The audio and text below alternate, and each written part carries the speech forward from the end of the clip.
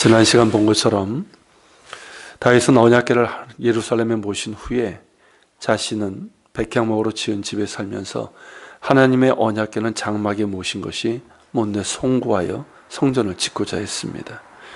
하지만 나단 선지자를 통해서 임한 하나님의 말씀은 허락이 아니라 거절이었습니다. 비록 그의 아들 때 짓도록 허락되었지만 다윗 자신에게는 허락되지 않았습니다. 그리고 다윗이 전혀 기대하지 않았던 언약을 주셨습니다. 이른바 다윗 언약이라고 부르는 약속으로 그의 왕조에 대한 약속이고 그의 계보를 통해서 진정한 왕이신 메시아께서 오시라는 예언적인 약속이었습니다. 이런 하나님의 말씀을 들은 후에 다윗은 어떤 반응을 보일까요? 오늘 본문이 바로 그것입니다. 다윗은 나단 선지자를 통해서 하나님의 말씀을 들은 후에 하나님 앞에 들어가 앉습니다. 즉 하나님의 언약궤가 모셔진 장막으로 나간 것입니다. 그곳에서 다윗은 기도를 드립니다. 그것도 감사의 기도를 말입니다. 이것이 다윗의 반응입니다. 그가 나단 선지자를 통해서 하나님의 말씀을 들었을 때 언약의 말씀도 들었지만 거절의 말씀도 들었습니다. 그렇다면 인간적으로 서운할 수도 있고 오해할 수도 있는 겁니다. 다윗이 하나님을 위해서 성전을 짓고자 하면 선심성 발언이 아닙니다. 자신의 왕권을 강화하기 위해서도 아닙니다. 자신과 함께 하시고 이토록 큰 은혜를 베푸신 하나님이시고 그 하나님의 은혜로 이스라엘의 왕이 되었고 마침내 하나님의 언약궤까지 예루살렘에 모셨는데 정작 언약궤를 장막에 모시는 것이 못내 죄스러웠기 때문이고 하나님의 은혜에 감사하는 마음으로 성전을 짓고자 했던 것입니다. 진심이었고 순수한 마음이었고 또 성전을 지을 만한 힘도 있었습니다. 그런 까닭에 거절의 말씀은 서운하려면 서운할 수 있었고 오해하려면 오해할 수도 있는 것입니다. 경우에 따라서는 고집 부릴 수도 있었을 것이고 허락하실 때까지 포기하지 않겠다고 하면서 때를 쓸 수도 있는 겁니다. 하지만 다윗은 그런 모습이 아니라 하나님께 감사하며 즉각적으로 순종하는 모습을 보이고 있습니다. 이것이 바로 다윗다움이라고 할 수 있는 것이죠.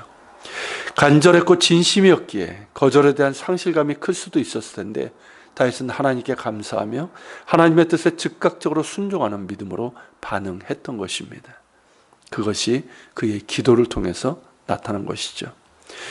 다윗의 기도를 보면 그 안에 하나님을 향한 그의 순전한 마음뿐만 아니라 이스라엘의 신앙 고백의 핵심이 담겨져 있습니다.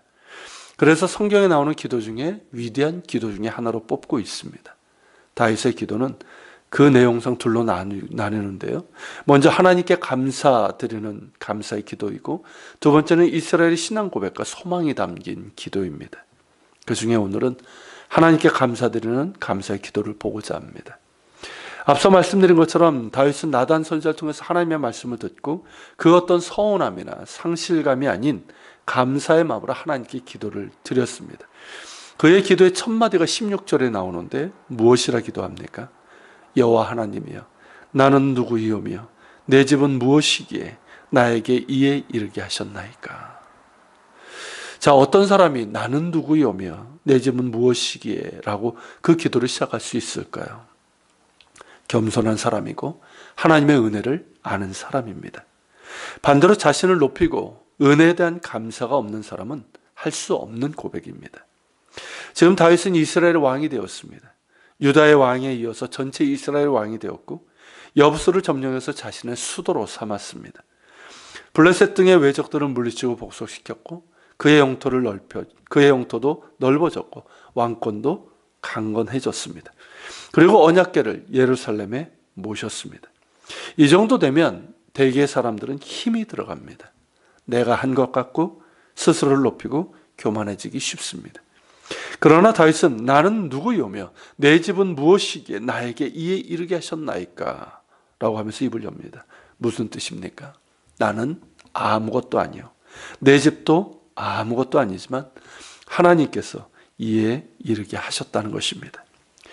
베들레헴의 목자였고 사울에게 쫓겨다니던 자를 택하시고 구원하셔서 주의 백성 이스라엘의 왕이 되게 하셨고 모든 대적을 물리치게 하시고 그의 왕권을 튼튼하게 세워주신 분은 하나님이십니다. 다윗의 능력이 아니라 전적으로 하나님의 은혜로 된 것이라는 고백입니다. 그것만으로 주신 은혜가 넘치는데 오히려 그것을 작게 여기시고 종의 집에 대하여 먼 장래까지 말씀하시니 이는 하나님께서 나를 존귀한 자들 같이 여기시는 은혜라는 것입니다. 나는 그것을 받을 만한 자격도 권리도 없는 자인데 이토록 크신 은혜를 주셨고 거기다가 이토록 놀라운 언약까지 주시니 다만 감사드릴 뿐이고 나의 나 된 것은 오직 하나님의 은혜라는 고백입니다. 이렇게 나의 나 된 것은 오직 하나님의 은혜로 된 것임을 아는 사람은 하나님의 마음을 알고 하나님의 사랑을 의심하지 않습니다. 비록 자신의 진실한 뜻이 받아들여지지 않았어도 조금 더 서운함이 없고 조금 더 하나님의 사랑을 의심하지 않습니다. 응답하심이 은혜라면 거절하심도 은혜인 것이고 그러기에 감사하는 것이고 나의 나 된 것은 오직 하나님의 은혜임을 입술의 고백으로 드리는 것이죠.